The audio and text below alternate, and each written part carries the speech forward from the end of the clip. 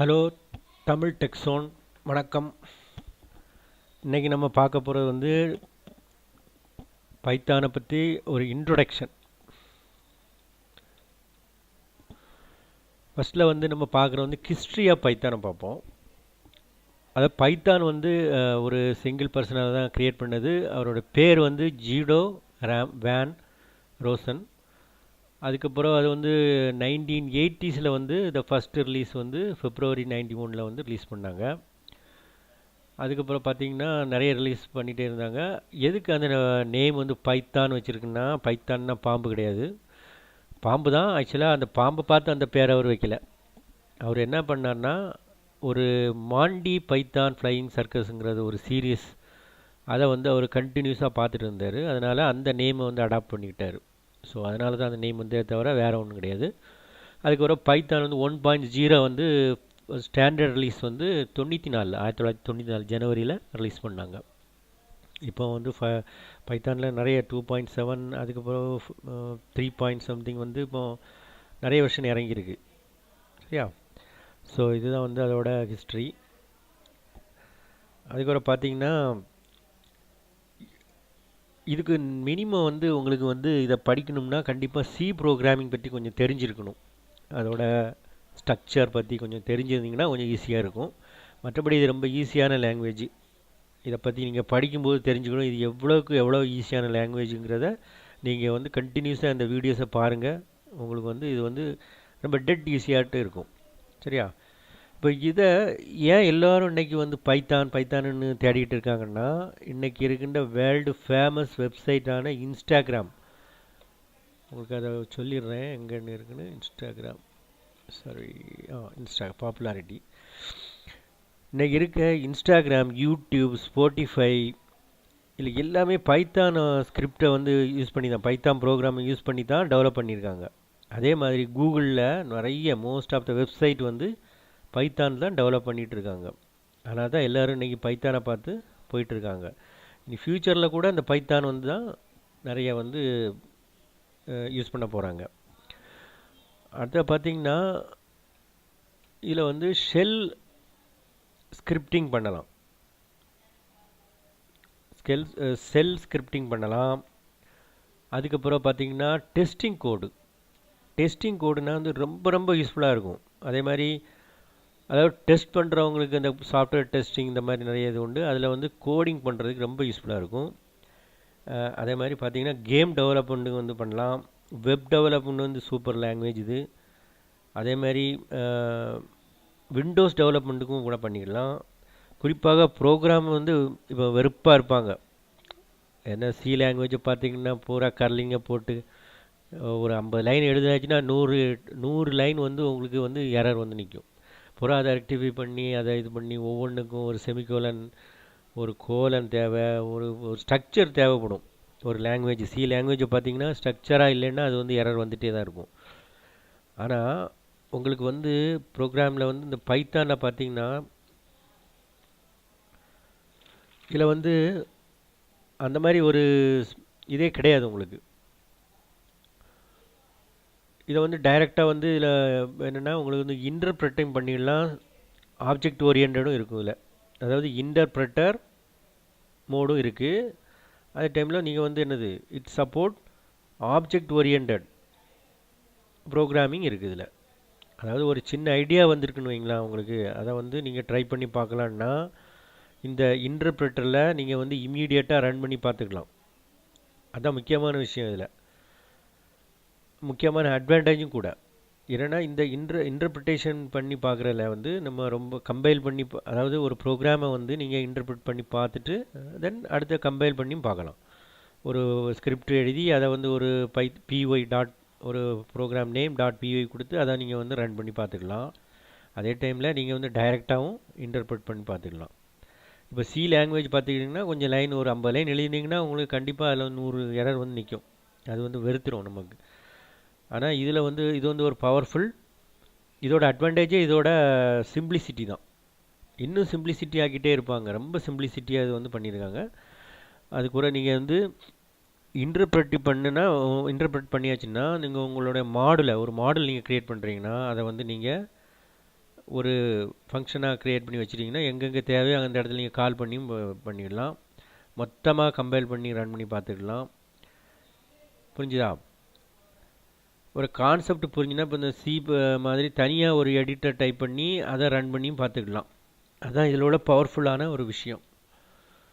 அடுத்து பார்த்தீங்கன்னா web development, shell scripting இருக்குது, game development, game programming, Windows development, testing code, web development, ஜியூஐன்னு சொல்லுவாங்க. அதில் வந்து என்னென்னா கிராஃபிக்கல் யூசர் இன்டர்ஃபேஸ் பேஸ் பண்ணி நிறைய அப்ளிகேஷன் டெவலப் பண்ணலாம். அதுக்கு வந்து ஜிடிகே, கியூடி, விண்டோஸ் பேஸ்டெலாம் நிறைய இருக்குது.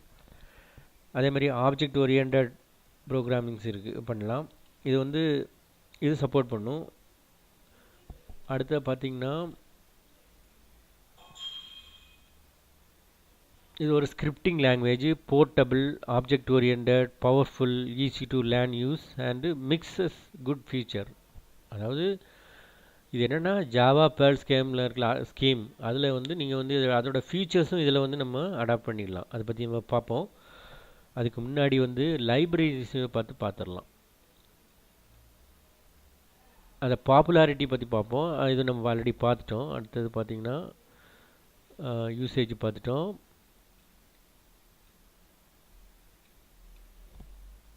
என்ன இருக்குது, இது வந்து ஒரு இன்டர்பிரட்டர். இதோட special feature interpreter and supports object oriented programming. சரியா? இப்போ சி லாங்குவேஜில் வந்து ஒரு லைப்ரரியை க்ரியேட் பண்ணினோன்னா அதே பைத்தானை அதில் கொண்டு போய் ரன் பண்ணி பார்க்கலாம். சி லாங்குவேஜில் நம்ம ஒரு லைப்ரரி க்ரியேட் பண்ணி அதே அந்த லைப்ரரியை நம்ம பைத்தானில் கொண்டு போய் ரன் பண்ணி பார்க்க முடியும். அதே மாதிரி பைத்தான் லைப்ரரியை அதை வந்து அதர் லாங்குவேஜில் கொண்டு போய் ரன் பண்ண முடியும். அதர் லாங்குவேஜ்னால் C++, ஜாவா இந்த மாதிரி கொண்டு ரன் பண்ணி பார்க்கலாம். அதே மாதிரி பைத்தானுக்கு ஏகப்பட்ட எக்ஸ்டென்சிவ் லைப்ரரி இருக்குது. சரியா? முக்கியமாக பைத்தானில் வந்து ஒரு ஆப்கோடு வந்து ஒரு சோர்ஸ் வந்து டெவலப் பண்ணி உங்களுக்கு தேவையான பைத்தானை உருவாக்கி கொள்ள முடியும். அதுதான் என்னது, நீங்களே அதுக்கு ஒரு பெயர் வச்சுக்கலாம். அதுவும் இருக்குது. அதே மாதிரி சி பைத்தான்ங்கிறது தான் அதோட ஒரிஜினலான பைத்தான். சரியா? சைத்தான் சொல்லுவாங்க, CYTHON. சைத்தான்னா பைத்தானில் ஒரு கோடிங்கை நம்ம வந்து க்ரியேட் பண்ணி அந்த சைத்தான் வழியாக நம்ம கம்பைல் பண்ணி பார்க்க முடியும். சரியா? இது வந்து சி கோடுக்கு வந்து போர்ட் ஆகி, அதாவது நம்ம வந்து சி கோடில் போர்ட் பண்ணி அதை ஒரு குறிப்பிட்ட மெஷினுக்கு டெவலப் பண்ணியும் பார்க்கலாம். அதாவது இந்த ப்ரோக்ராம் வந்து சியில் கொண்டு போய் அதை வந்து சி அளவுக்கு நம்ம ஃபாஸ்ட்டாக ரன் பண்ணி பார்க்க முடியும். அதுக்கு பேர் தான் சைத்தான். புரிஞ்சுதா? சிங்கிறது ஒரிஜினல் பைத்தான். சைத்தானுங்கிறது வந்து அதை பைத்தானை யூஸ் பண்ணி ஒரு கோடை க்ரியேட் பண்ணி அந்த சைத்தானை, அதாவது அந்த சி பைத்தான் மூலமாக நம்ம வந்து கம்பைல் பண்ணி அதை சி கோடுக்கு போர்ட் பண்ணி அதை நம்ம வந்து மெஷினுக்கு மாற்றிடலாம். இதுதான் வந்து என்னது, சி பைத்தான் சொல்லுவாங்க, சைத்தான் சொல்லுவாங்க. அடுத்து பார்த்திங்கன்னா என்ன இருக்குன்னா ஜைத்தான் இருக்குது. அதாவது ஜாவா பைத்தான். இப்போ ஜாவா வந்து விர்ச்சுவல் மெஷினை பேஸ் பண்ணி ரன் பண்ணி பார்த்தோன்னா சைத்தானை யூஸ் பண்ணி பார்க்கலாம். அதே மாதிரி சி ஷார்ப் இருக்கு இல்லையா, .NET, அதோட தேவையான லைப்ரரி வேணாலும் இதில் வந்து நம்ம ரன் பண்ணி பார்க்கலாம். அதுக்கு பேர் தான் அயன் பைத்தான் சொல்லுவாங்க. யூஸ் பண்ணி அந்த அயன் பைத்தானில் வந்து யூஸ் பண்ணிடலாம். இல்லை முழுக்க சி ஷார்ப் யூஸ் பண்ணி இந்த பைத்தானை நம்ம டெவலப் பண்ணிடலாம். அதே மாதிரி பைத்தானை யூஸ் பண்ணியே ஒரு பைத்தானை வந்து நம்ம லாங்குவேஜ் டெவலப் பண்ணியிருக்காங்க. அதுதான் வந்து என்னது, PY பைத்தான். சரியா? ஒரு கம்பைலர் உருவாக்க வேணும்னா அதில் நிறைய விஷயம் இருக்குது. சிம்பிளாக வந்து table, token system, memory management, stack, queue, இந்த மாதிரி நிறைய இருக்குது. அதே மாதிரி ஒரு கம்பைலர் வந்து அது ஒரு ஸ்ட்ரக்சர் இருக்குது. பைத்தானில் யூஸ் பண்ணி நம்ம அதே ஒரு பவர்ஃபுல்லாக மாற்றிக்கலாம் நம்ம. இது இன்னொன்று வந்து எக்ஸ்டென்சிவ் லைப்ரரின்னு சொல்லுவாங்க. அதாவது ஒரு விஷயத்தை நம்ம வந்து யோசிச்சாச்சுன்னா அந்த கோடிங்கை நம்ம வந்து எழுத தேவையில்லை. அதை வந்து ஒரு ஃபங்க்ஷனாக உருவாக்கி அதை வந்து எங்கெங்கே தேவையோ அங்கே கால் பண்ணி பார்க்குறது தான் வந்து என்னது, எக்ஸ்டென்சிவ் லைப்ரரி. சரி, நம்மளே வந்து வந்து ஒரு 10 லைன் இருக்குன்னா அந்த 10 லைனை நிறைய இடத்துல கால் பண்ண வேண்டி வரும். அதுக்கு பதிலாக ஒரு ஃபங்க்ஷன் நம்ம க்ரியேட் பண்ணி ஜென்ரேட் பண்ணி அதை வந்து என்னது ஒரு லைப்ரரியில் ஆட் பண்ணி வச்சுக்கலாம். அதுக்கு பேர் தான் எக்ஸ்டென்சிவ் லைப்ரரி. அது எந்தெந்த இடத்துல நமக்கு தேவையோ அந்த ப்ரோக்ராம் நம்ம கால் பண்ணிடலாம். கால் பண்ணியாச்சுன்னா வந்து என்னது அது ஆட்டோமேட்டிக்காக ரன் ஆகும். ஸோ இதை தான் எக்ஸ்டென்சிவ் லைப்ரரின்னு சொல்லுவோம். இது வந்து ஒரு ஓப்பன் சோர்ஸு. ஸோ ஓரளவு உங்களுக்கு இந்த இதோட ஸ்பெஷல் ஃபீச்சர்லாம் புரிஞ்சிருக்குன்னு நினைக்கிறேன். இதில் மிக மிக பாப்புலரான இது ஒன்றுன்னா இந்த லாங்குவேஜை வந்து இதை வந்து மாறிட்டே வருது. அதாவது இப்போ வந்து பைத்தானை வந்து இப்போ ஹை லெவல் லாங்குவேஜ் சொல்லுவாங்க. அதாவது இன்டர்பிரட்டர் இன்ட்ராக்டிவ்னு சொல்லுவாங்க. இன்டர்பிரட்னா கோடை வந்து இமீடியட்டாக ரன் பண்ணிடலாம். அதே மாதிரி இன்ட்ராக்டிவ் நம்ம வந்து ஒருத்தண்ட பேசுகிறது மாதிரியே நம்ம லாங்குவேஜை வந்து டெவலப் பண்ணியிருக்காங்க. அதே மாதிரி வேர்ட்ஸை நம்ம யூஸ் பண்ணிடலாம். சிம்பிளிசிட்டி இதான் இதோட மெயின் அட்வான்டேஜ். இப்போது அடுத்த பார்த்திங்கன்னா கம்பைலர் பற்றி நான் சொல்கிறேன். அந்த இன்டர்பிரட்டிங் நான் என்ன சொல்கிறேன். இப்போ கம்பைலர்னால் நம்ம வந்து ஒரு சோர்ஸ் கோட் இருக்குது, அதை வந்து கம்பைல் பண்ணுறோம். கம்பைல் மீன்ஸ் அதை டிரான்ஸ்லேட் ஒரு ப்ரோக்ராமை அதை மெஷின் லாங்குவேஜுக்கு வந்து கன்வெர்ட் பண்ணி கொடுக்குறதுக்கு தான் compiler. Translate your program into the form of machine understand. Machine வந்து அண்டர்ஸ்டாண்ட் பண்ணுறது ஒன்லி 0 and 1 தான். அதை தான் என்னது கம்பைலர்னு சொல்லுவாங்க. அதில் வந்து நம்ம ஒரு எக்ஸிக்யூட்டபிள் ஃபைல் கிடைக்கும், அதை நம்ம ரன் பண்ணி அதான் என்னது எக்ஸிக்யூட்டபிள் ஃபைலை வந்து கம்பைல் பண்ணோன்னு எக்ஸிக்யூட்டபிள் ஃபைலாக கிடைக்கும். அதை நம்ம ரன் பண்ணி பார்த்துக்கலாம். ஆனால் பைத்தானில் இன்டர்பிரட்டர்னு ஒரு இதுதான் இருக்குது. புரிஞ்சுதா? அதில் வந்து there is no application of compiler. நீங்கள் டைரெக்டாகவே அந்த கோடை வந்து நீங்கள் வந்து இன்டர்பிரட் பண்ணி பார்த்துக்கலாம். அதே ப்ரோக்ராம்லேயும் ரன் பண்ணி பார்த்துக்கலாம்.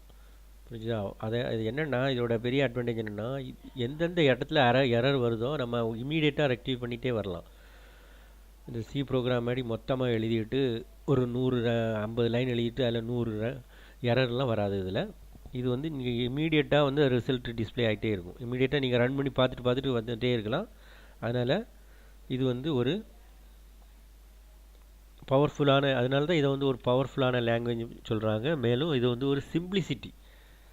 சரியா?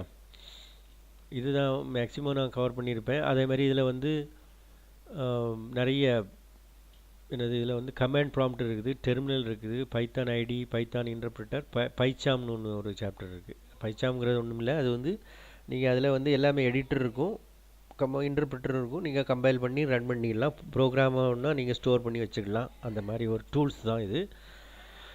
அதுக்கு பிறகு பார்த்தீங்கன்னா இதில் இன்னொன்று இருக்குது. அதுக்கப்புறம் உங்களுக்கு அண்ணா யூனிவர்சிட்டி சிலபஸை வந்து நான் கவர் பண்ணி எடுக்கலான்னு இருக்கேன். ஏன்னா இது வந்து மேக்ஸிமம் வந்து பிஇ ஸ்டூடெண்ட்ஸுக்கு யூஸ்ஃபுல்லாக இருக்கும். அது தியரி அண்ட் ப்ராக்டிக்கல் வந்து கவர் பண்ணி நான் இதை எடுக்க போகிறேன். Like this video, please subscribe and share it. Thank you for வாட்சிங்.